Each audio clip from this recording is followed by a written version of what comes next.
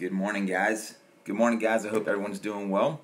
It is 10 o'clock, 10:01 actually by my watch, so I'm about a minute behind. But as promised, we're going to talk through our Genesis 4 through 12 study guide this morning.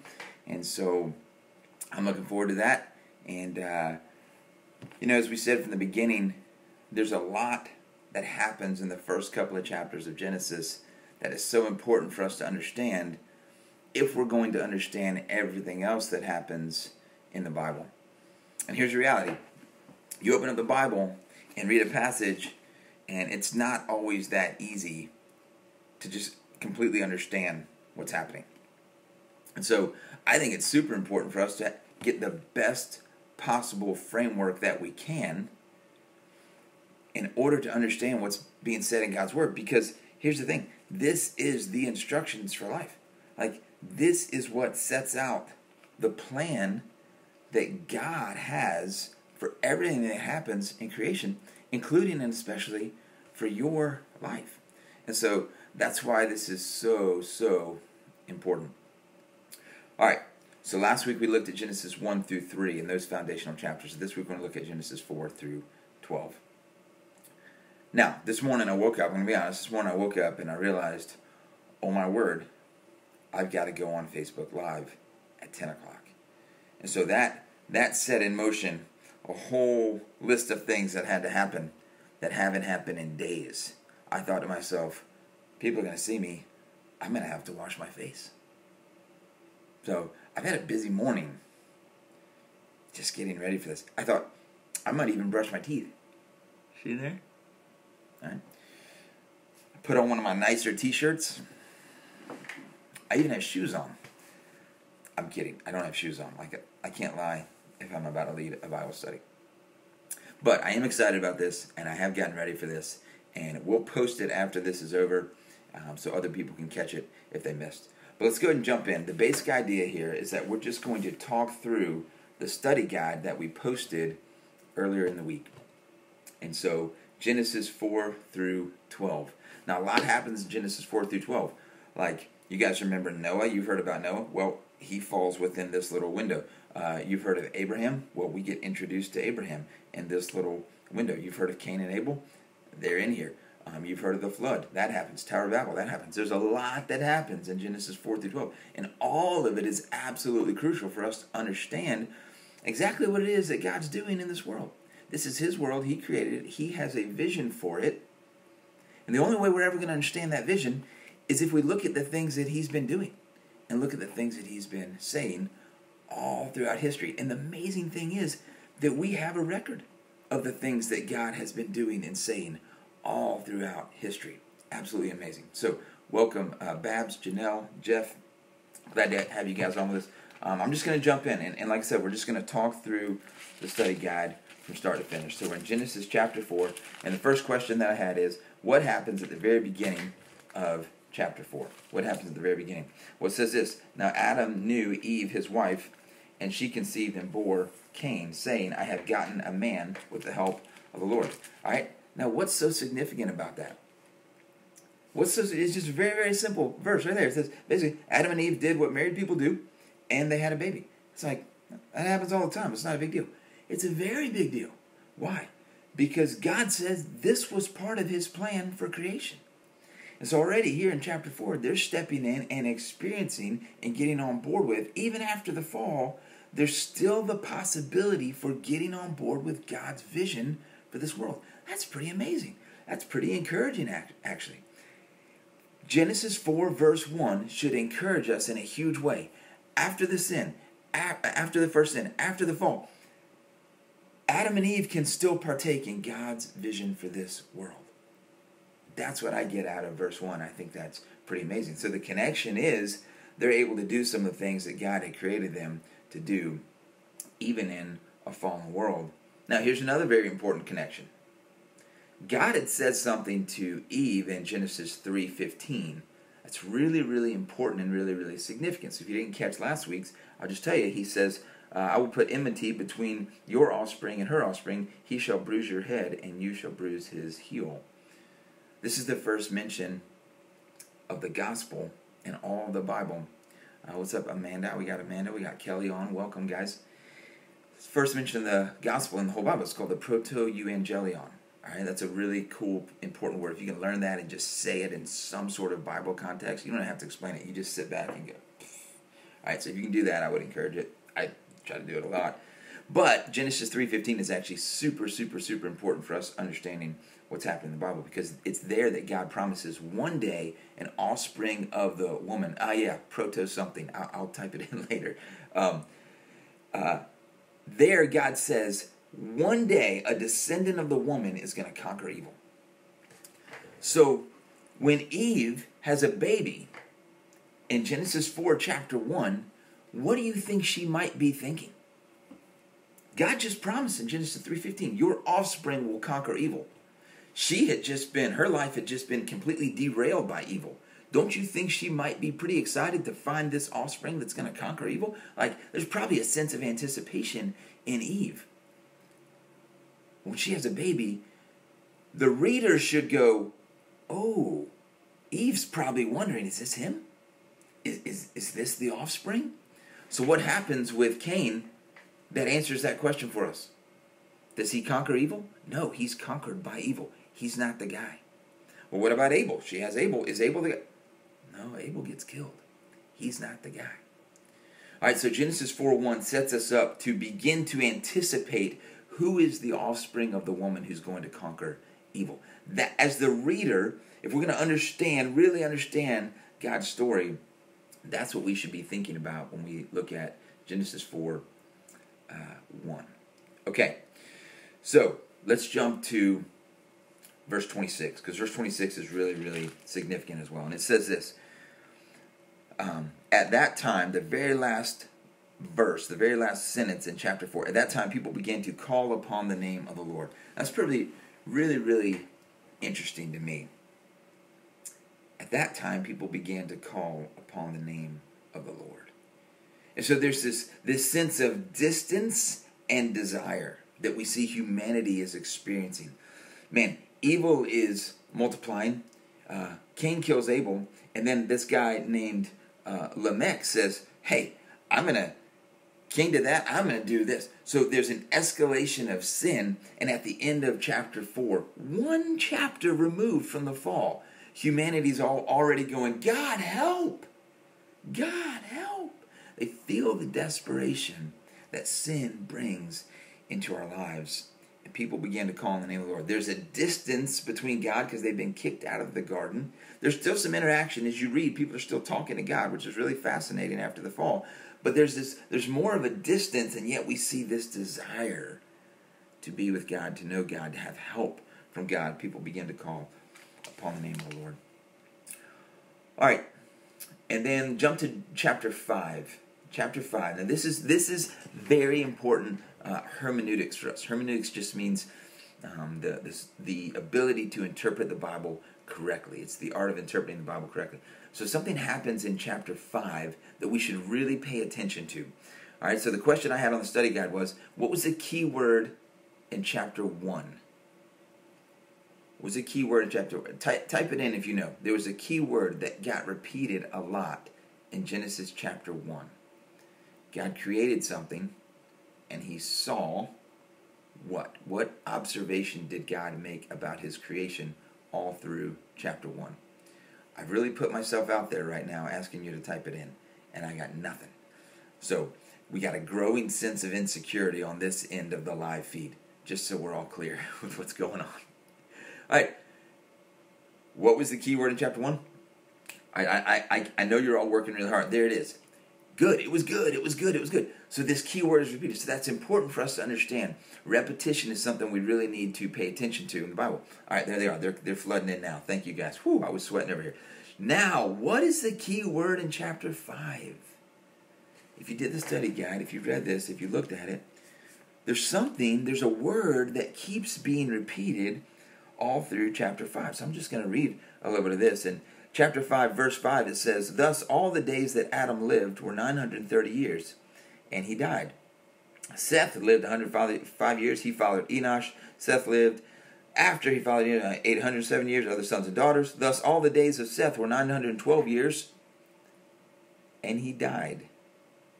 Verse 11, all the days of Enosh were 905 years, and he died.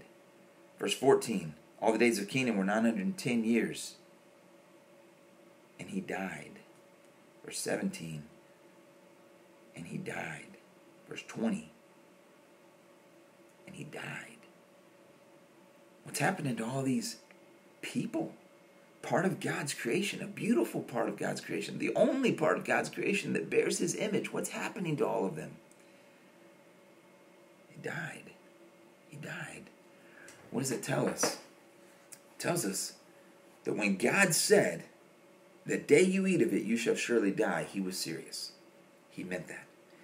And what sin has now brought into the world is death. The consistent theme in chapter 5 is death. Every one of these people, they lived, and they lived a very long time, a lot longer than we do, but they still died. Why? Because God promised that they would, and God keeps his promises, and God is committed to his vision. So we need to understand that God does what he says he will do. We need to take him at his word, and we need to take his word seriously. All right, I'm going to have to speed way up because we're just now on day 2. All right, what is described in 6:1? When man began to multiply on the face of the land, daughters were born to them. Is this good or bad? The question is this good or bad? Well, it's both. If you continue reading, it's good because they were multiplying. That was part of what they were created to do. And it's bad because things get really, really weird. Now, there's no possible way I can treat this right now. You guys can, we might just jump on a Zoom after this for anyone who wants to talk more about what happens in 6:1-4. I will give the punchline though, and I included a link. Kelly, if you want to put that link, if you can find that, I don't know if you can do that or not, find the study guide and put that link, or somebody put that link in the comments here to that article on the Gospel Coalition. It's really helpful. It's really concise.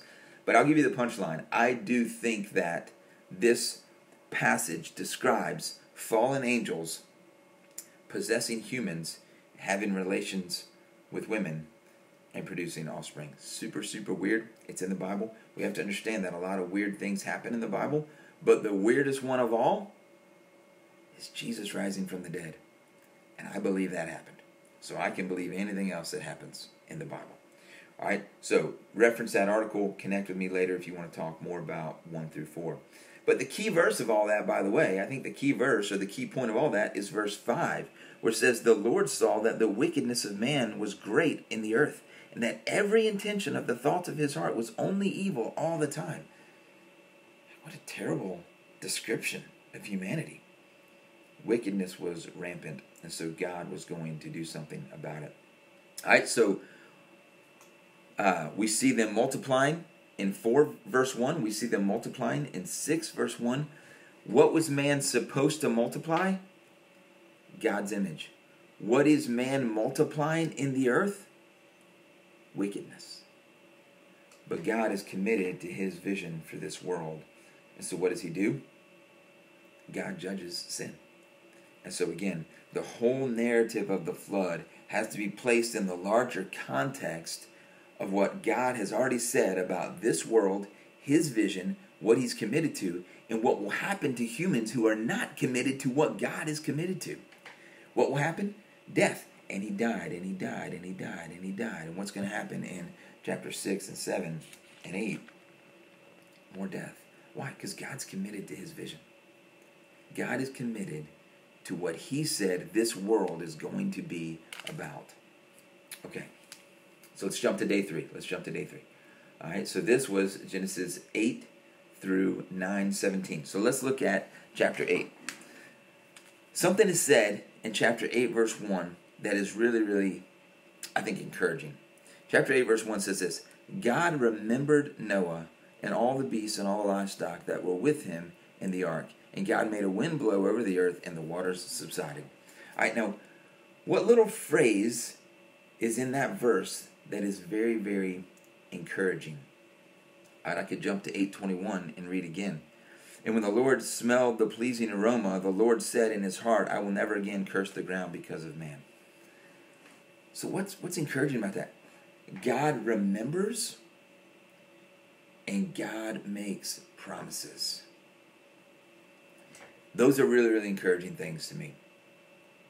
Because I know in my life there's times when I stray, and it's so helpful for me to know that God has grace to remember me even though I'm straying, even though I'm in a tough spot.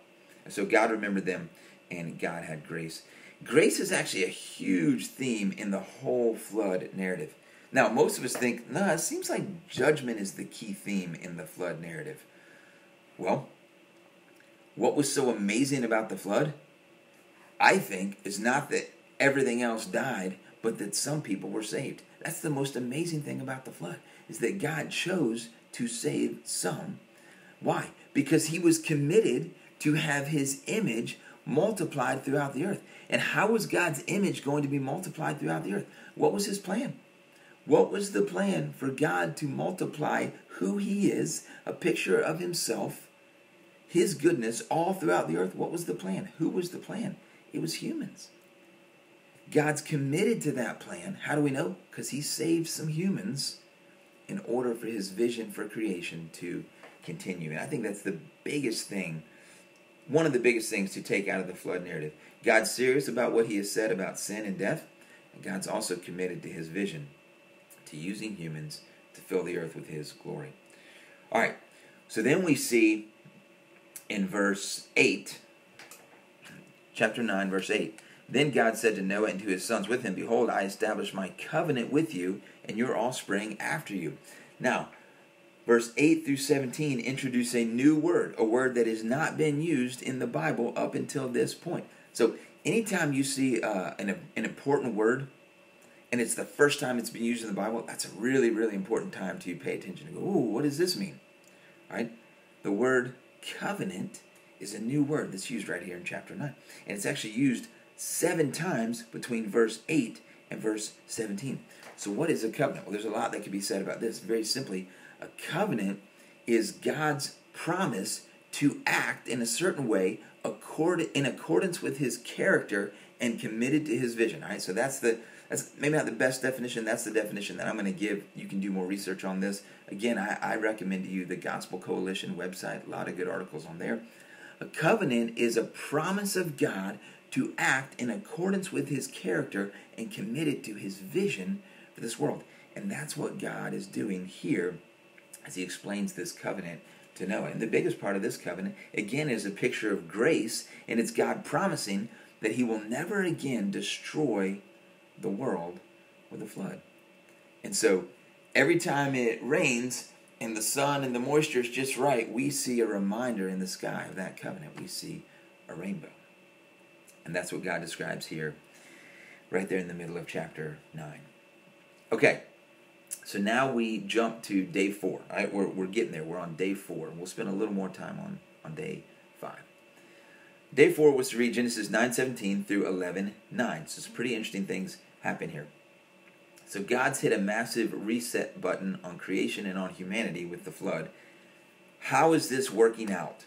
At the end of chapter 9, what do we see happening? All right, what does Noah do? He's just experienced this amazing work of God, this amazing work of grace for all of humanity. And Noah was a key player in the whole thing. Noah gets off the ark, plants a vineyard, picks the grapes, let them ferment, throws it back, gets slobbering drunk and naked, and passes out in his tent. Just so we're clear, this is one of the parts of the Bible that is not to be emulated. This isn't exactly an example for us to follow.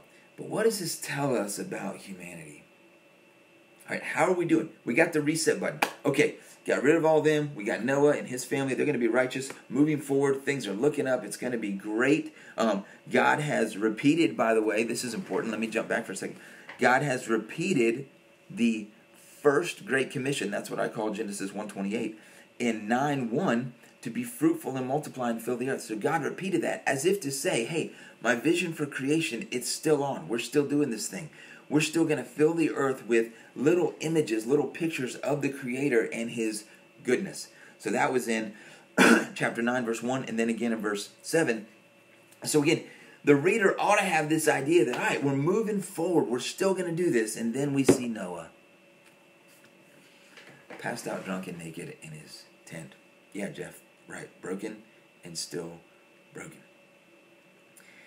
So what does that tell us about humanity? It tells us that this sin that infected humanity at the very beginning in chapter 3 is pretty deep rooted. But God still has a plan to deal with sin. And so we see that humanity is still struggling to live the way God called them to live. Now, there's also some pretty interesting parallels between this story and what we see happen in Genesis 3, where they sin and they realize they're naked. And so here again, we see this nakedness related to sin and the desire Adam and Eve had for covering. Well, one of Noah's sons did the right thing and covered Noah. And so all of this really points us to our heart cry to be covered from our spiritual nakedness. All of us feel a sense of spiritual nakedness and insecurity. And the Bible, so far, it keeps sort of pointing to this idea that we long to be clothed. In fact, Paul picks this up in the New Testament, Romans 13:14 and Galatians 3:27. So how will we ultimately be clothed?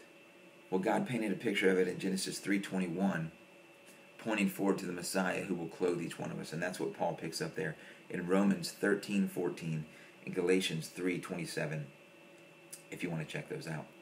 Okay, so we're still left longing for more grace to cover our sin and shame. That's where really the whole narrative leads us. But let's look at chapter 11, because this is really interesting. We see Noah and his struggle to live out the righteousness that God had really created him for. And then what happens, hey Lindsay, what happens in chapter 11? This is really, really fascinating. All right, I want you guys to type this in. I want you to respond to this. What was wrong with what the people did in building the Tower of Babel?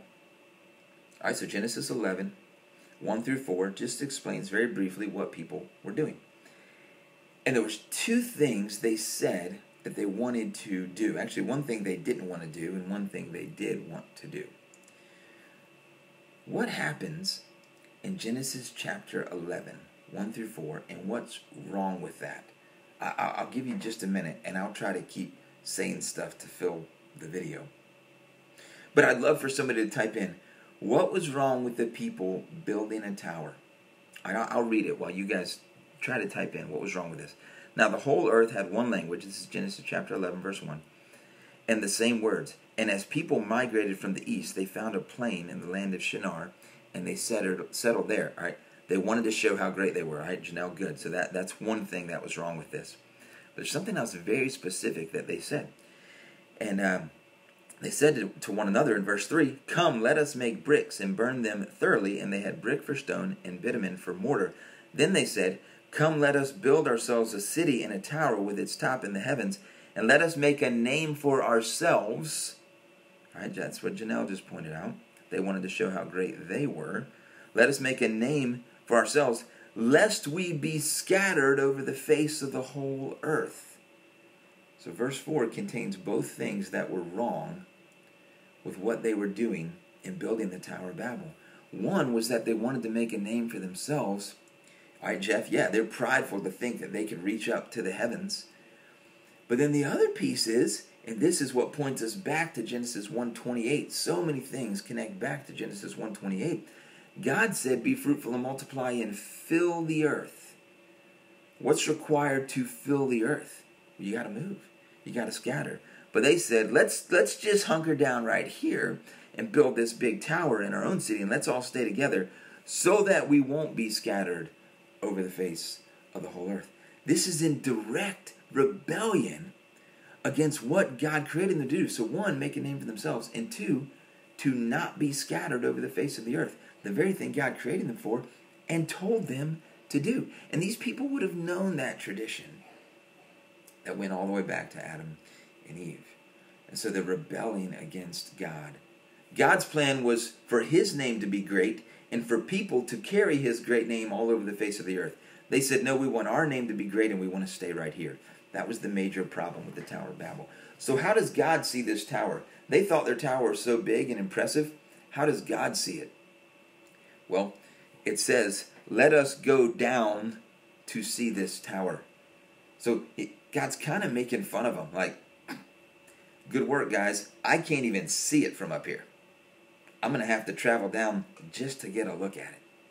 All right, so pretty funny kind of the humor that God uses here to go down and see this tower. It wasn't as great as they thought it was.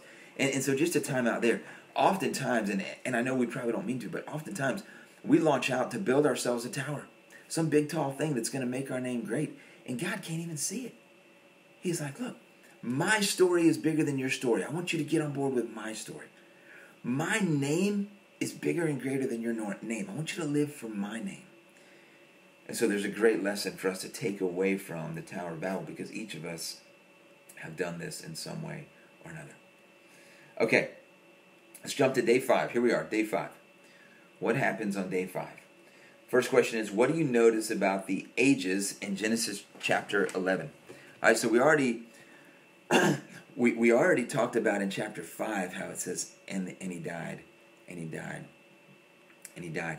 So in Genesis chapter 11, there's another piece of, there's another insight that really comes out of this genealogy, because it's listing all these people, and it says, our Faxad, I just really wanted to say that name, he fathered Shelah 403 years, and he had other sons, right?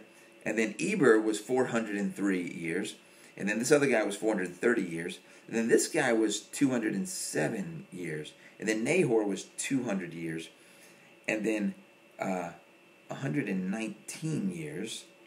And as you go, what happens to the ages? They get smaller and smaller. What does that tell us about the world after the fall? Humanity is heading toward disorder and chaos. Why? Because people aren't even living as long as they did before. Now, there's an interesting theory about the pre-flood world and the post-flood world that I won't get into right now, but talk to me about that at another time if you want to, because I think it's really interesting and there may be something to it. But the bottom line is things are headed downhill. And the Bible even points that out by showing that people are not living as long as they once were. So there's even more distance. We talked about the distance from God that was growing, and now there's even more distance just from life in general. People are not living as long. All right, let's jump to chapter 12. Now this is big. Chapter 12. Just so you know, like Genesis chapter 1 through 11 really kind of sets the scene universally for the entire creation. That answers so many questions about who we are, where we came from, what we're doing here. Answers so many questions. But now, I've been saying a bunch in this talk that God is still committed to his vision. That's the biggest thing I take out of these chapters. And part of the reason is because there's so many references back to this description of God's vision in Genesis chapter 1 and chapter 2. But now we see another another part of the story begin to unfold when God encounters Abraham in Genesis chapter 12. All right, so this is really, really fascinating. So I'm going to read this. This is huge. Let me say this again. Genesis 12, 1 through 3 is super, super important for us to understand what's happening in the Bible. Genesis 12, 1 through 3. Now the Lord said to Abram, go from your country. You've heard of Abraham. His name later got changed to Abraham. But when God encounters him, his name is Abram. Go from your country and your kindred, the word go is very important, go, and your father's house to the land that I will show you. And then God says, I'm going to do something. I will make of you a great nation, and I will bless you and make your name great, so that you will be a blessing. I will bless those who bless you, and him who dishonors you I will curse. And in you all the families of the earth shall be blessed. It's a huge key word in Genesis 12, 1 through 3 that ought to make us think back to Genesis 1, 28. What happens here in Genesis 12, 1 through 3? What's the big theme that comes out of these 3 verses? What word seems to be repeated a lot? I will make you a great nation, and I will bless you and make your name great, so that you will be a blessing. I will bless those who bless you, and in you all the families of the earth shall be blessed. Do you remember from Genesis 1:28, what was the first thing humanity experienced? The very first thing humans experienced in their existence? Genesis 1:28 says, and God blessed them and said to them, be fruitful and multiply. God is still committed to a humanity that has his blessing stamped on their lives. And so the world is a wreck. People are falling out, getting drunk in their tents and naked. People that were supposed to be righteous. And people are building towers trying to reach God, and he can't even see them. And people are saying, we're not going to be scattered. And God says, I told you to be scattered. But God says, I'm not done. I am committed to a blessed humanity carrying the blessing of God all around the world. God is committed to that. And by the way, anytime we live in a way that honors God, and this is important for us to see because it gives a lot of weight to our attitudes and actions. Listen to this. Anytime we live in a way that honors God, anytime we line up with his design for our lives, anytime our thoughts, attitudes, and actions honor God, we're stepping into the big picture vision that God has had for creation for all of history. That's a big deal. It gives a lot of weight to our words, right? It gives a lot of significance to our steps. It gives a lot of heaviness to our habits. Every single thing we do is either an act of joining God in his mission or rebelling against God's mission. Listen to me. Every single thing we do is either an act of joining God in his vision and his mission to spread his blessing all around the world for his image to be multiplied. We're either joining him with that by lining up with him, reflecting his image in this world, in our thoughts, words, attitudes, and actions, or we're rebelling against the mission of God to live for our own agenda. Every step, every word gives significance to our actions, helps us see that we don't act in a vacuum. We act in the world God created. And we can't just pretend, no, this is my world. I'm going to live however I want to. You can't pretend that. You can't pretend it's okay for you to just do whatever you want to do. Say, God created us to be this way, but I'm going to be this way. You can't do that. It doesn't make any sense. We got a whole Bible here explaining to us that God has a vision for the world. And if we live a different vision than God's vision, then we're living in rebellion. Don't live like that. You don't want to do that. And God encountering Abraham puts a little extra weight on this vision for humanity to be blessed. Now we see another big piece of the story. How's humanity going to be blessed? Through Abraham. Somehow. Through Abraham. All we get from this passage is all the families of the earth, in other words, all the tribes, all the people groups of the earth will be blessed through Abraham. Now, we're already wondering who's the offspring of the woman, right? So travel back with me for just a minute. Genesis 3:15. God promises to Eve, one of your offspring one day is going to conquer evil. Now we have Abram, and now God says to Abram, all people will be blessed through you. Now we've got two things we're looking for. As we read God's story, and as we want God's story to shape our story, there's two big things we're looking for. Who is the offspring of the woman? Who is this person who's going to conquer evil? It wasn't Cain. It wasn't Abel. Noah did pretty good, but we see how his story ended. It wasn't Noah. Man, who is it? Who's the offspring of the woman? Who's going to conquer evil? We should all be longing for that. There's a growing sense of anticipation for each one of us and for all of humanity, for all of history. Who is it, God? Where's the offspring? Where's this person who's going to conquer evil once for all? Genesis 3:15 points to the Messiah. Guess what? Genesis 12:3 also points to the Messiah. Because the question that we're left with in verse 3 is, how is the earth going to be blessed? Through Abraham. What is it about this family, this huge family? God said, I'm going to bless you. I'm going to make you great. You're going to have a huge family. What is it about that family that's going to cause blessing, not just to Abraham's descendants, but to all people? What is that blessing? How can we experience it? That's what we're left with at the end of verse 3 in Genesis chapter 12. And it ought to build up inside of us this growing sense of anticipation to know who this person is and how we can experience this blessing that God has promised. Everything else we read in the Bible points back to these promises and points forward to the ultimate fulfillment of these promises, which we all know, yes, Babs, Sunday school answer, is Jesus. But to place Jesus in this broader context of God's vision for humanity from beginning to end puts so much weight on the life and the love of Christ in our lives. Everything about him should be elevated in our world and in our worldview and in our hearts and in our worship. Okay, here's the biggest thing. Two biggest things that I think I take out of these first 12 chapters. God has a vision for the world and he is committed to it. Don't rebel against God's vision. Get on board with God's vision. He has a mission. He's doing something. I want to be part of it. I don't want to be over here doing my own mission. I want to line up with God's mission. And the other big thing, the other big takeaway is a sense of anticipation to fully know and understand how this mission is unfolding throughout history.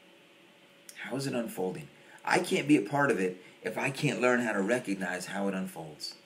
I can't be a part of it if I can't learn how to see it when it's right in front of my face. So number one, God has a vision. And two, we should have a sense of anticipation for understanding how God is bringing that vision into reality. Two big things I take out of this. All right, so here's the plan. For next week, here's the plan. Let's try to do Genesis 12 through 50. All right, that's going to be a bigger overview, right? That's going to have to be even bigger picture, broader strokes. But I think we can do it because there's some key players. Because Abraham has a son named Isaac, and Isaac has a son named Jacob, and Jacob has 12 sons, and all of this is very, very significant.